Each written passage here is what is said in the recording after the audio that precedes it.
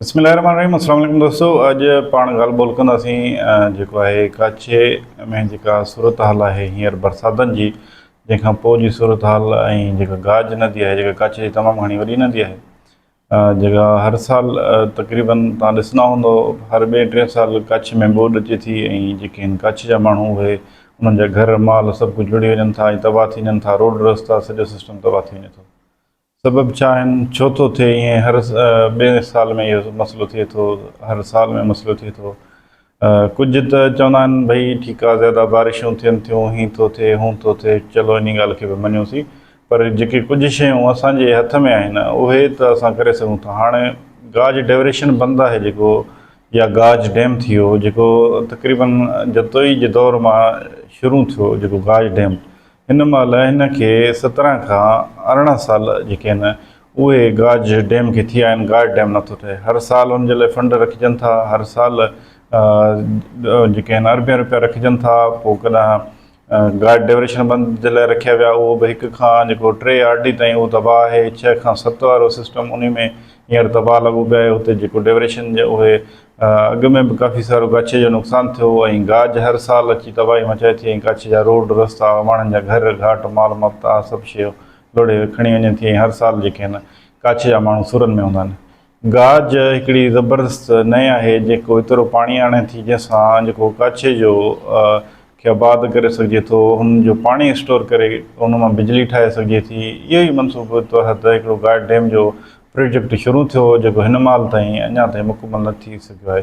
ॾिसण में उते का कम वग़ैरह नज़र नथो अचे। सिर्फ़ु हिकिड़ा जेके बोतारनि उन मां फ़ाइदा वरिता, बंगला ठाहिया ऐं उन्हनि जे चमचनि, ऐं सिर्फ़ु इहो कमु हलंदो रहे थो।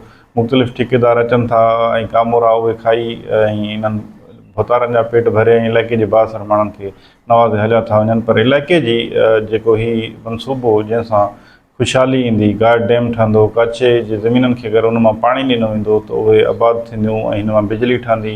ऐं उनखां अलावा वधीक जेका ज़बरदस्त सूरत हाल इहा हूंदी त हिते ई असांजो इलाइक़ो कच्छ तमामु घणो हिकिड़ो ख़ूबसूरत इलाइक़ो आहे।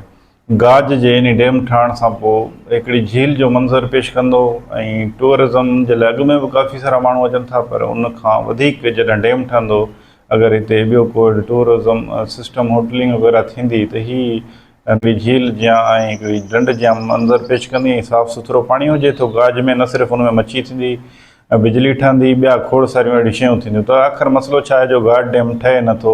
जेके अरबे रुपयनि जी बजट अचे थी, खाइजी वञे थी, एतिरा साल गुज़रण बावजूदि उहे पैसा किथे ख़र्च थियनि था? हींअर ताईं त अञा जेको आहे गाज डैम जेको सिस्टम ई नज़र नथो अचे त उहो गाज डैम कीअं ठहंदो, केॾां ठहंदो? सिर्फ़ु 1-2 जबल जेकी ठाहे उन्हनि में एतिरा अरबे रुपया गर्क कया विया आहिनि। अञा ताईं गाज डैम जेको सिस्टम न आहे थी सघियो।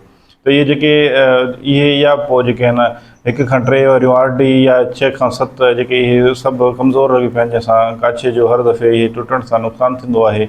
ऐं कच्छ जे माण्हुनि जॾहिं गाज ईंदी आहे त उन्हनि खे साह जेको आहे जी लॻी वेंदी आहे ऐं उन्हनि खे पोइ मतिलबु परेशानी थींदी आहे त गाज अचे थी, हाणे को ॿोॾि वारी सूरत हाल न पैदा थिए। त हर दफ़े कच्छ वासियुनि जे लाइ इहो हिकिड़ो जेको आहे ख़ौफ़ ऐं हिरास वारी सूरत हाल, जॾहिं बारिश पए थी इहा सूरत हाल ठहे थी। त जेके गाज जा फंड आहिनि जेके जारी थियनि था, उन्हनि जो असां इदारनि नए समेत जेके एंटी करप्शन ॿिया इदारा आहिनि त उहे जांच कनि, ही जेके अरबे रुपया जारी थिया आहिनि उहे कंहिंजे कहिड़े बोतार जे पेट में विया आहिनि, कहिड़े ठेकेदार खाई वियो आहे, या कहिड़ा जेके आहिनि वाठा ऐं चमचा जेके आहिनि इन गाज डैम ते पलजनि था पिया ऐं उन करे उहो गाज डैम ठहणु नथा ॾियनि। एतिरो अरसो थी वियो आहे जो गाज डैम ठहे नथो। जेके फंड अचनि था उहे हड़प कया था वञनि।